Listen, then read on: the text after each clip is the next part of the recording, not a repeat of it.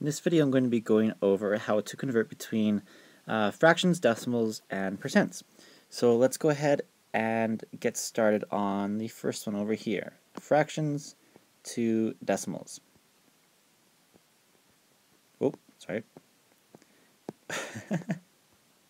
Okay, so to turn a fraction into a decimal, it's actually pretty easy. All you need to do is take the numerator in the fraction, or the top number, and divide it by the denominator. Or if it's easy for you to remember, just the top number divided by the bottom.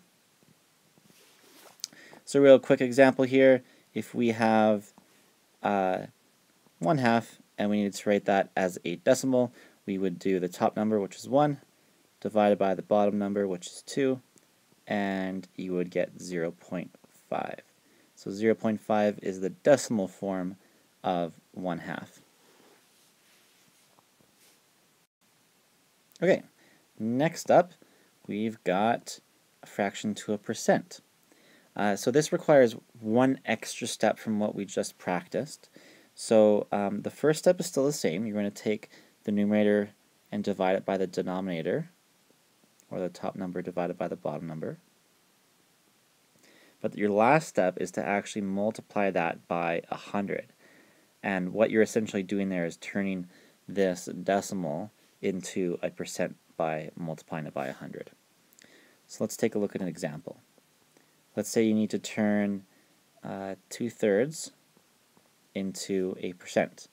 So what you'll do is you take the top number, the numerator, which is 2, divided by the bottom number, and then we're going to multiply by 100. And in this example, if you calculate that out, you would get 66.6 repeating percent. So that is 2/3 as a percent. Alright, next. Percent to a fraction. Okay, so let's say we have, as an example, 63%. To turn that into a fraction, it's quite simple. If this is your fraction here, your top number is going to be whatever the percent value is that's given to you, and the denominator is going to be 100. Easy. So 63% as a fraction would just be 63 out of 100.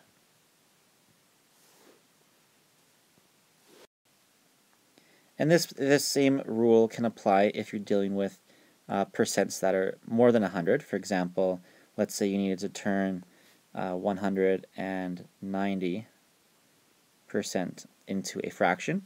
It's the same process. You write it as 190 out of 100. And then from there you could simplify the fraction. In fact, you could divide them both by 10 and you'd get 19 out of 10 as a simplified version of that. Okay, moving on to the next one. Let's see what we've got. Percent to a decimal. This one's actually super easy. All you need to do is take your percent and divide it by 100. Done. For example, let's say you have 43%, and then we're going to turn that into into a decimal by dividing it by 100. And if you did that in this example, you'd get 0.43. Alright, 2 to go. Decimal to a fraction. Actually, you know what? I'm going to save that one for last because that's the weirdest one. Let's do decimal to a percent. That's actually the opposite of what we just did. We just learned that to turn a percent into a decimal, we would divide by 100. So logically, to do the opposite, we would do the opposite of multiplying by 100, which is, the opposite of dividing by 100, which is to multiply by 100. So to turn a decimal into a percent, you just multiply by 100. For example, let's say you have 0.123, and we need to turn this into a percent. So all we're going to do is multiply that number by 100, and in this example you would get 12.3. And don't forget your percent symbol at the end there. Okay, last one. Best one for last. Decimal to a fraction. So first of all, we need to quickly review what place values are. Where's my eraser? Sorry. Okay. So let's say we have the number 1.345. This number 3 here is in the 10th digit. This number 4 is called the 100th digit.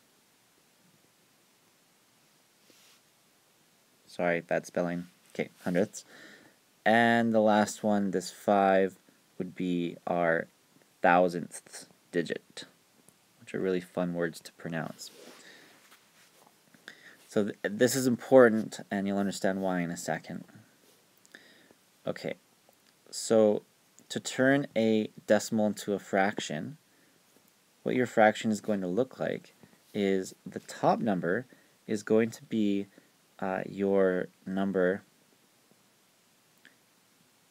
after the decimal. For example, over here, the number after the decimal is 345. So that's what your numerator is going to be. The denominator is going to be the place value of the last digit. So going back to this example, the last digit here is a 5, and it is in the thousandths place value position. So that means our denominator would be 1000. So let's do a couple more examples, because I know this one can be kind of confusing. I'll just zoom in here. Okay, let's say we've got, can you see this okay? Yeah. Let's say we've got 0.12.